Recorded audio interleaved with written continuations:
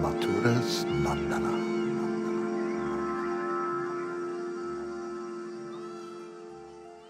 Okay. Well, when I came across this information, I was just getting involved with Shamshunder, and I wanted to know about stones. And the information was that there's 9 categories of stones that correspond to the 9 planets, called the Navaratna for the Navagraha, and some of these stones are crystals, and some of them are organic. So, not every gem is a crystal. Okay. And a crystal is a mineral, but some gems are organic, like red coral and natural pearl. These are organic things. Yeah. And then you have other kinds of gems, like whether it's rudrakshas or one-eyed coconuts, or these are all sacred objects. There's a whole category. I'm going to do a book eventually called Sacred Objects. Okay. Divya Vastu. Okay. That I've already made the list. I've already got it on my website. All the sacred objects in different categories. Stones, herbs, plants, rivers, seeds, all different categories. Shells, even shells. There's a category of shells that are sacred. Mm-hmm. Like Prabhupada used to say that the Vedas are so unusual that they'll say that a bone of a dead animal is completely ashuddha, completely impure. But in the case of a conch shell, it's just the opposite of it. It's sacred. It's actually not only not impure, it's actually so pure that it is to be used in puja, Yeah. So then you've got conch shells. Then you've got right side conch shells, which are called Lakshmi conches. And those are as expensive, if not more expensive, than diamonds, Just a seashell. Why would that be expensive? Because there's a demand for it. Something is valuable because of different reasons. And one of those reasons is rarity and demand. If something's rare and there's a demand for it, that's value. If something's beautiful, that's value. If something's durable, that's value. If something is portable, that's value. If something is powerful, that's value. So all these things give value to a gem. But when I was first looking at gems, the scriptures say vigunani cha. They say minikyang tarane sujatim amalam. Sujati means highborn. Amala means pure. They have to be pure and highborn. So, and it also says in various scriptures that gemstones have auspicious powers to do this, that, and the other, and flawed stones have the opposite effect. That means they're undesirable. So, and if you look at what gemstones are really flawless and really desirable, it's about the same as how many people are like that. Rare. Show me a flawless person. And that's how rare flawless gems are. And why should they be common? Why should they be? Of course, there's different categories of gems also. Like, for instance, with ruby, a ruby is real expensive if it's flawless and natural and not treated. But a red spinel, which is less hard and durable, is also very rare but much less valuable. Then you have a red garnet, which is much, much less valuable. So all of those 3 can be used for sun. In the place of a ruby, they can be used, but the ruby is the primary one. Now, throughout history, gems have been invested in. People invest in gems. I mean, kings and queens and even the Supreme Lord, gemstones are considered the most precious and rare and durable and portable and beautiful thing in the world. And that's why kings and queens are really interested in gems like that. And so are wealthy people because they're portable, and they're durable. Like, why should a Rolex watch be more valuable than a Timex? because in 50 years that Timex won't work, but the Rolex will be worth double, because of durability. So that's just one of the factors. Yeah. So I saw that this whole science, first of all, the people in India who are doing it are just using the junkiest stones. And people who can afford good stones don't even care about this. And so it became pathetic, And so I tried to uplift it by creating precious talisman jewelry, precious. Because people were coming to me in America and saying they wanted to invest in gemstones. They didn't care about astrology. They just wanted gems that fit the 4 C's. They were good color, good clarity, good cutting, and good cut. And they wanted those gems as an investment, a hedge against inflation. So I was already thinking, these are the best gems in the world here. And if you instead of putting them in a safe, you put them in a talisman, you couldn't make better talismans than that. That's the only reason we don't make them that good is because nobody has the money to buy them, And the people that can afford to buy them, they don't care about the talisman part because they already have money, so they don't care about God, So finding people who are really serious who want both to invest in a gem and also want to get a talisman that's going to be absolutely superior to any other talismans available, that's what the people I'm looking for. And that's what I've been doing all this time. And so then there was other questions came in like, should flawed stones be used at all? And I was saying no, because the scriptures say no. Should synthetic stones be used in astrology? No. Should gems be used for should gems be used for planets which are harmful in one's horoscope? I say no, even though other astrologers say yes. So there was all these different factors. Like most of the gem dealers in India were selling junk. And I'm like, hey, you shouldn't. If you can't sell good stones, don't sell any stone. If you're doing for astrology, And if you're going to sell gems for bad planets, then So what I did was I actually I contacted everybody in the whole world who was doing this, and this is the beginning of the internet. I was first of all doing it through mail, and I contacted A.K. Bhattacharya and Manveer Tuli and all these famous guys who had written all these books before me. And I got them all involved in this Planetary Gemologists Association, which I started here back in 1998. It's got a Sanskrit name, the Graha Anukul Ratna Visheshagya Parishad. The Ratna Visheshagya Parishad, the Graha Anukul means favorable planets. Ratna Visheshagya means varied knowledge of gems for favorable planets. Parishad, association, Planetary Gemologists Association. And then once I got all these people to join, then I sent out a questionnaire to like 200 people. Do you use flawed gems for astrology? Yes or no? Do you use synthetic gems? Yes or no? Should you use gems for harmful planets under the impression that gems reverse planets? Yes or no? And so I got all these people to vote. And once everybody voted, then I saw that about 85% of the people voted for the way I think it should be, based on the reasons I gave. And so then I made that the rule, based on and the few people who didn't go along with it, I contacted them and said, okay, we voted, and we're going to have to. You're selling synthetic stones for astrology, so you're going to have to stop doing that, or it can't be in this association. Okay. And then somebody might say, well, I don't want to. Okay, take me out of the association. Then I'm going to do it. And we'll say, well, we can't take you out of the association because you're doing that, and we got to warn people. So we're going to put you on the off list. And there's still an off list. There's a friggin' off list, People can go to the PGA and see the off list and see who the jerks are. It actually tells what the rule they're breaking is. Okay. So I made these 6 rules, and the whole guidelines. And I got hundreds of people to join, be members, including the royalty here, the royalty in Nepal, the royal astrologers, and here and there, and all these big scholars, many of whom have already passed away, and that thing's still going. So you established a standard and a protocol for planetary gemologists. And it still exists. That's kind of accepted by everybody as this is the standard. And if you want to be an authentic gemologist, you have to kind of follow these guidelines. Those are the standards.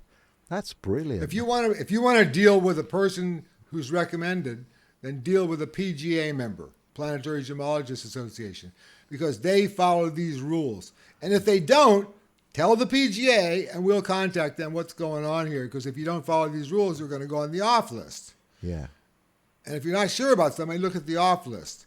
So the PGA actually gave rules, it actually gave standards, and it actually gave a place to complain, and it actually gave a place to check if somebody's bona fide. If they're not even a PGA member, then how come, you know? What year exactly was it? Did you say that got established? I established it in 97, 98. I started writing 97 to people by mail. Okay. And then a few people were on the internet, so I started doing the internet. And then eventually I created a website. When I got HTML, I figured out I made it a website for the PGA, and I've done it a couple times. Mm-hmm. And I ran the PGA as the secretary, including publishing 6 journals, hardback journals, mm-hmm. you know. Wow. That I went to all the members and ran the thing from 1998 to 2013. Wow. As a secretary. Okay. And then I got some Indian guy who's my kind of a protege to take over as the secretaryship because he was much more learned in the internet, and I wanted to upgrade the website. Mm-hmm. So he did that. So he upgraded it, but he hasn't really done anything further with it because it's one thing to be a pioneer. It's another thing just to agree to put your name on something. Yeah, right. Wow. So this guy hasn't made any new members because he's perfectly happy and he's got his name on there as secretary, and that's all he cared about, you know. Right. So okay. Actually, having to work, that's something else. So that happened. So to be able to do that and get to that level and that kind of and set that up.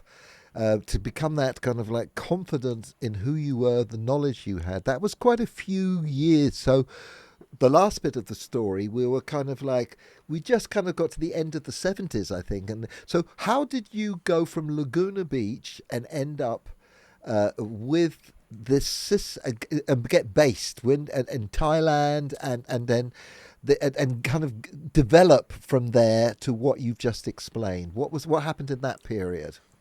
Well, when I got back to America and started doing the GIA thing and started selling diamonds to rich people, I also realized I don't want to be with this woman, mm-hmm.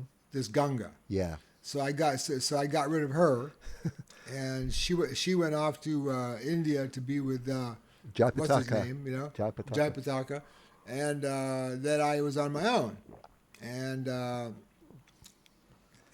I completed my GIA, and now I had my full, and I started selling colored stones, and I started taking orders from people to go to overseas to buy colored stones for them. I mean, investment quality, because that's the secret, investment quality. Okay. Like if a stone is beautiful color but it's really good cut and it's good weight, but it has cracks inside. Mm-hmm. Okay, well that's not investment quality. Mm-hmm. Or if it's really clean but it's got bad color. Or if there's a whole everything has to be right for investment quality. Okay. If you can find any fault with it, that's not investment quality, you know? Okay. So people were giving me money in advance even to go overseas to buy stones for them. And I was going to Sri Lanka and here and there and doing mining ventures and going all over the place, you know? And even doing banking, I had to go to Cayman Islands and open accounts and go to Hong Kong and do this, that, and moving money around for these people. And getting gems and bringing them back and getting them certified. And I was buying gems in Asia, and I was buying, in many cases, cut stones that were poorly cut. And I would calculate in my mind using gemological mathematics what they would be like and what they would cut weight would be if they were cut properly. Mm-hmm. And so that I'd get them all recut and then pick them back, get them all certified. They would all fit all the C's. And then I realized that I hate this America. I freaking hate this place. Mm-hmm. It's a whole country full of idiots. Everybody's unaware of their soul. There's not a single Brahmagani. Nobody has any idea that there's a soul. It's all one life only. You know, life's a bitch, then you die. And who dies for the most? So I'm living in a country full of people that, I mean, even animals are going to think, my God, these people are really stupid. And now look at it. I mean, look at it now. You know, they're so far from the soul. And now they're even far from the body, you know? Forget the soul. They don't even relate to the body anymore. Now whatever I imagine, that's what I am, you know? And so I was in a society of idiots. And I think, God, I just lived in Thailand and India where everybody knows that they're the soul, whether they think about it or not. They all born knowing that. They all know there's reincarnation. They all know there's karma. They all know they're not this body, you know? In Thailand, everybody knows that.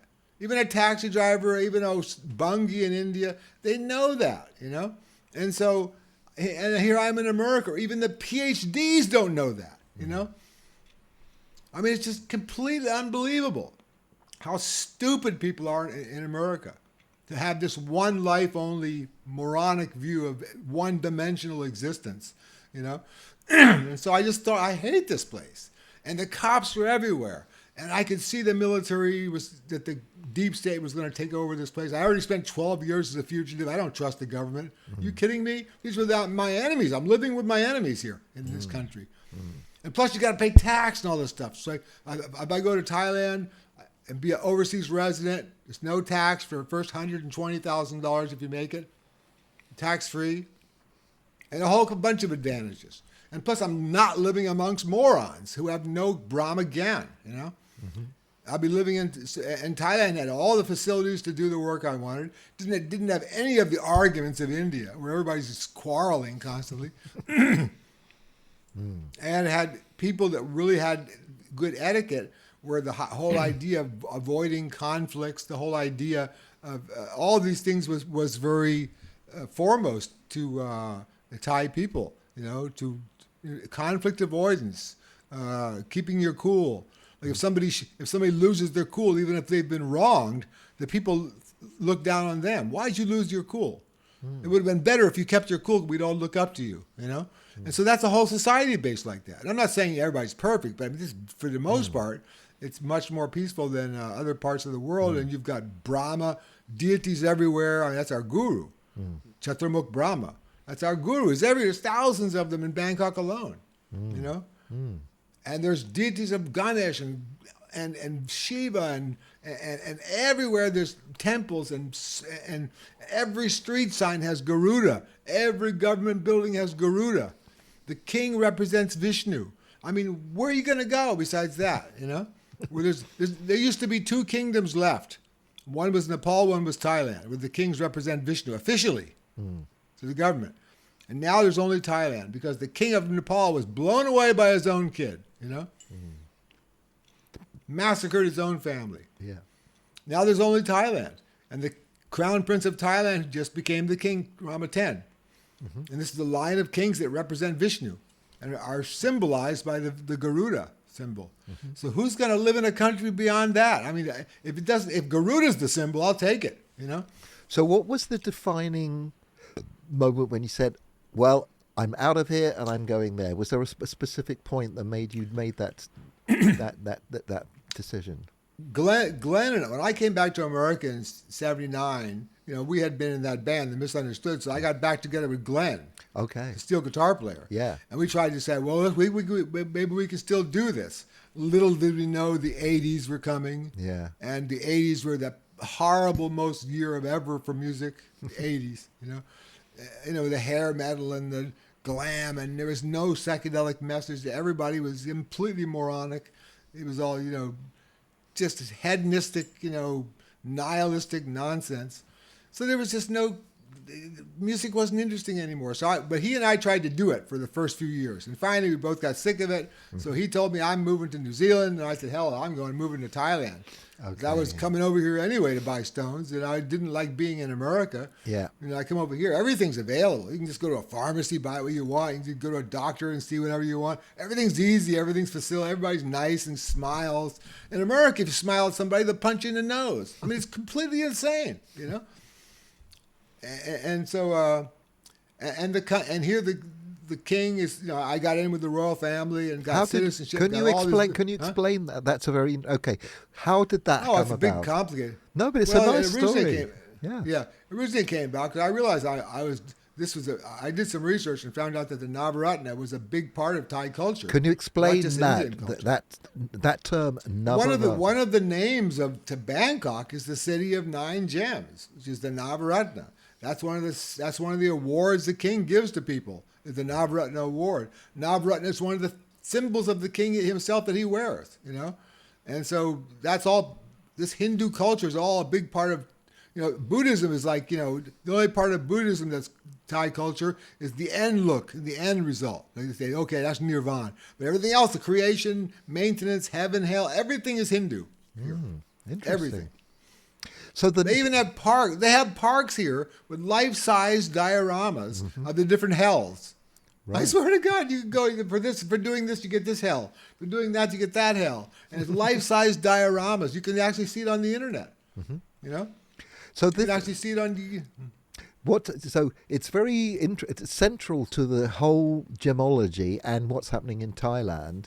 Is this? So I thought to myself, let me go back to Thailand, where I can live peaceful life amongst people who aren't stupid as a dog, and I can absolutely do my astrological jewelry. I can make the jewelry, which I couldn't do in America because nobody has a clue how to do any work. You get a goldsmith in America, they just put together pieces. They can't do any handwork and carving. That's like incomprehensible. Like over here, I was starting in Bali, and everybody thinks all by the hand. Handmade, that's cool. And so I was thinking that if over here I can start an astrological line that are numbered, piece number 1, piece number 2, piece number 3, with our own certificate, with a matching number certificate that gives all the details, and have another page that explains everything, what the power is, a third page that tells how you start wearing it, have a certificate that goes with it, and have a numbered piece that comes in a burlwood box and beautiful with flawless, natural, precious gems and pure gold. And I thought, who is doing that? Nobody's doing that. Wow. And that's what I did, and that's what I'm still doing. Okay, the Nava means 9, Ratna means jewels. Now explain each of the 9 and how they're related to which planet, and how. I suppose people go, astrology, vibrations, gems, blah, blah, blah, blah. But I want you to, because the alchemical, you've explained about lots of things about why they're rare, they're portable, they have this. So these powers, the power part of it, okay, that's a kind of esoteric, that's quite mystical, okay? How a stone has a power. People can understand the durability, the rarity, and everything, but what is it about that gives it a power? And why is a ruby related to the sun? Why is can you explain that? I'm fascinated to know a lot about that. Why is it that a Shalagram Shila is related to Vishnu? And how is it that Vishnu is in that Shila and acting as if he's in that Shila? How does that stone have relation to Vishnu? That is what a Shalagram Shila is. It's Sakshat Narayan. Now, how is a ruby related to the sun? Like people ask me, people are so used to this British, like when the British were in India for 200 years, they screwed up the Indians, made them all embarrassed about their own religion, made them all try to explain everything scientifically, and they became morons doing that, And I even tell people, I say, this whole idea in India about gemstones, reverse planets, and you should wear the stone for your bad planet because it reverts, that's all hogwash from the British. To make people try to explain things scientifically. If somebody asked me seriously, what is it? It's the power of a ruby, and I would say Surya, the deity Surya. The deity is the power in that ruby. He's related to rubies. He's nicely related in good rubies. He's badly related in bad rubies. He's not related at all in junk rubies. And so it's the relationship to the deity. And then you have, okay, let's try to talk scientifically. The color, the cosmic color, the color rays, the gravitational waves. It's a bunch of hogwash. Maybe it's true, maybe it's not, but the explanation is Surya is related to ruby, and there you go. If you want to please Surya, you wear a ruby. So when we've already used that word deity, before, when trying to explain in the temple, there's the deity form of the god. For most people who in a Western rational mind, the idea that the planet, the sun in the sky, has a deity is kind of really Hindu. You have to have a lot of faith in the actual kind of, like you say, the Shastras, the scriptures, what they say. So really, that is what you're saying, that the power in the ruby is due to Surya, who is the deity of the sun. Is that correct? But I don't say that. You know, I'll say a ruby has this power, that power, that power because of its relationship to Surya. Yes. You know, and people are interested in the power. That he's related to Surya. Okay, but what's the power? Okay. They want to know what the power is. You know? Okay. And the power is going to be good like this if you have sun well placed in your horoscope. So ruby's not good for everybody. Yes. You know? Right. And so this way, the choice becomes: are you looking for a good planet, or are you looking for a bad planet? If you're looking for a good planet, that means you believe that gems boost planets. So you want to harness your good planets. If you're looking for bad planets, that means you believe that gems reverse planets, which is ridiculous. Mm-hmm. You know. Okay, so it's like, let's go through the Navaratna. So let's start with the first one. Start with the could you take us through the sun and through the different planets? It's just like this day of Ravivar. Sun. This is the day of the sun. Yeah. Sun is it rules over rubies. Okay.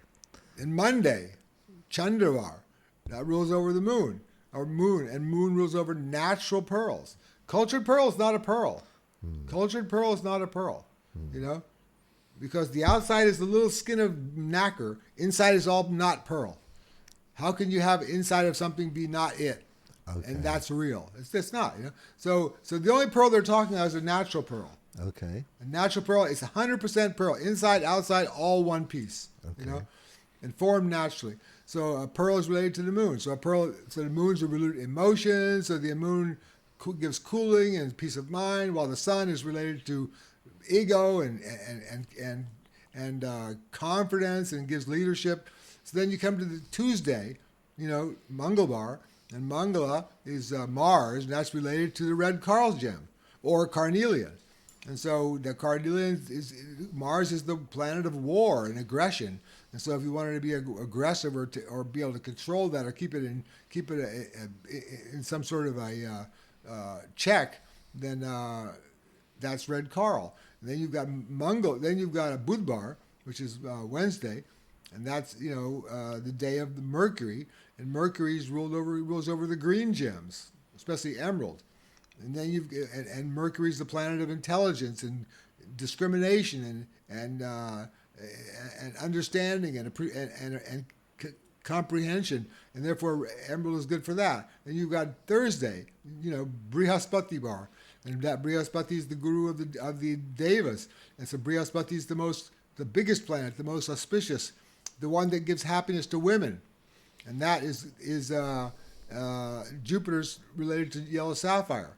And then you've got Shukravar, and Shukra is Venus, and Venus is the guru of the demons. He gives happiness with material pleasure, and that is diamond. And diamonds are not good for women, like they say, like De Beers said, but they're terrible according to the Garuda Puran. Diamonds are good for men, but they're terrible for women. Okay. And the reasons they're terrible for women, if I told most women these days, they would think there was those reasons to wear them. Okay. Because I consulted years ago with Pandit Vidyadhar Shukla. Why does the Garuda Puran say this? That diamonds are bad for women. Why? And he gave his opinion. It's in my book. I'm going to send you the PDF of it. I know, but could you say it now? Could you, in a nutshell, say why? Yeah, he gave a bunch of reasons, but basically it's because it makes women more lusty and more attractive, which makes them which endangers them mentally and physically. Okay, from a Vedic perspective, from a paradigm of that perspective. Okay, so we could see in a modern way. But Western women would say, "Oh, hey, where can I get one of them?" Okay, I don't care about my good. I'm just an idiot. I just believe in one life only. So, and then the next, after diamond? There's the blue sapphire. Then you have Shanivar. Shanivar is Saturn, and that's blue sapphire. Okay. And then you've got two subtle planets, which are Rahu and Ketu, which are not visible. But what can you talk about before we get to that? What are the qualities involved with the blue sapphire? Blue sapphire should not be heat treated. It should be natural. The color should be blue, and it should not have defects. Okay, but it should be beautiful. And but what does it do for what does it in relationship to the personality? you don't wear a blue sapphire unless Saturn is well placed. If Saturn's well placed, it'll be even more of it, and that'll give you patience and coolness and make you more calm and able to be have the necessary forbearance. It gives all those Saturn qualities. So in your theory and your these gems are for accentuating the positive aspects. So you would wear, even though people think of Saturn as a negative force, it actually has positive forces. And so if you have Saturn in a positive position and you should wear that to enhance your positive, not to negate a negative thing. It's not for that. Very interesting. Right. For a lot of people, that's a very new concept. So that's very interesting. So, and then, what's after Saturn? And then the two subtle planets, which are Rahu and Ketu, the Chaya Grahas, the two subtle planets, which rules over the colors infrared and ultraviolet. Mm-hmm. You see, the color wavelengths, whether they're long waves or whether they're short waves, there's 9 color waves. Mm-hmm. And the longest of all is infrared. The shortest of all is ultraviolet. And both of those are invisible to the naked eye. And 7 colors in the middle, those are the visible ones. And, it's a red, orange, yellow, like that, green, light blue, indigo, violet. And then you got infrared and ultraviolet. So ultraviolet is very cold, and that's Gomed, or the spessartite hestonite stone, Gomed stone. Okay. Gomed means cow's urine. Gomeda means cow's urine. Okay. And then you have the other stone for Ketu, which is Paitun, which is Sutramani, which means cat's eye. Cat's eye. Cat's eye gem, which is a precious gem also. Okay. So we've covered the precious cat's eye. So now that is the Navaratna. And these 9 placed together. Yes. In a setting order, which is exactly the same as the Navagraha Yantra. Mm-hmm. The Navagraha Yantra has got a setting system with the sun in the center, Venus up here. Could you explain that? What is the yantra and that? Could you just explain that, the mathematical geometry? A yantra, which is a symbol that has the 9 symbols on it, and 9. There's a certain placement for those. With the Venus in the north, with the sapphire in the south, like that, and the sun always in the middle. And that Navagraha Yantra, if it's done with gemstones, it becomes the Navaratna talisman, which is like a multivitamin, you could say. Yeah, okay. Astrological multivitamin. Okay. And the reason, and a lot of people nowadays, Navaratna is dangerous. I'm like, yeah, well, I'd think so too if I was wearing the kind of Navaratnas you people wear.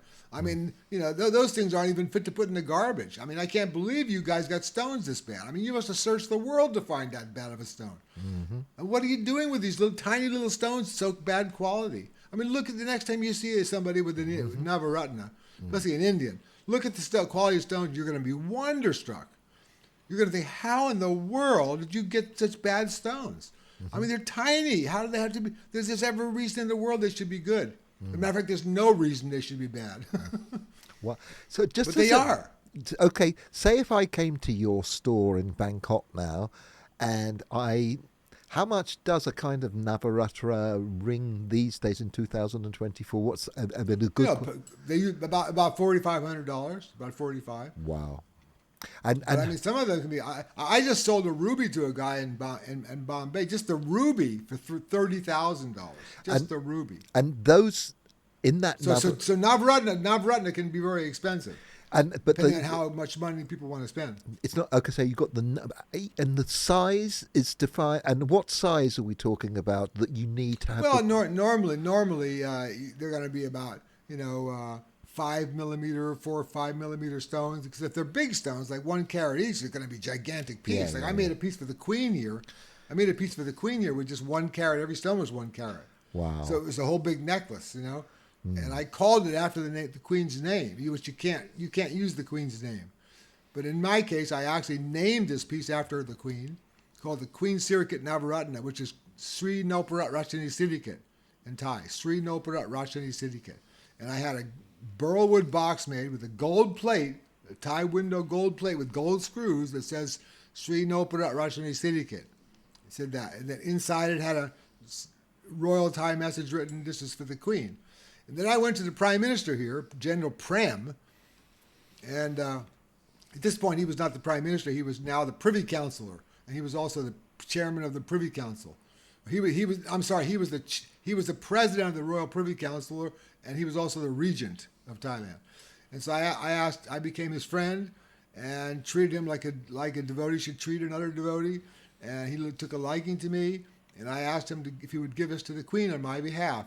He asked me, "Do you want to meet the Queen?" Because everybody wants to meet the Queen to get a picture, That's all it's about, And I'm like, "No, I don't want to meet the Queen to get a picture because then she's going to have to get ready and get dressed up and go out of her way and meet me and that's just all for me, I said, "No, I just want to make sure she gets this, and I trust you over everybody, And so he gave it to her, and she gave a reply to me, and he also gave me permission to use the picture of that piece with her name. Wow. So now I have the Queen Sirikit Navaratna in the crown jewels, and I have the permission, only one has the permission to use that name, Wow. And so then that was the beginning of the relationship. Then I became friends with General Prem. What year were we talking? What year was that in? 93.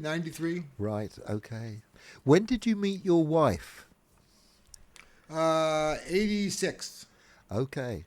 86. Okay. And she was a student. She was she had just graduated, and she was doing the last bit of her graduation was the in-house apprenticeship at the biggest hotel in town, which was the Oriental. They used to be the biggest hotel here, the Oriental Hotel. Mathuras Nandana.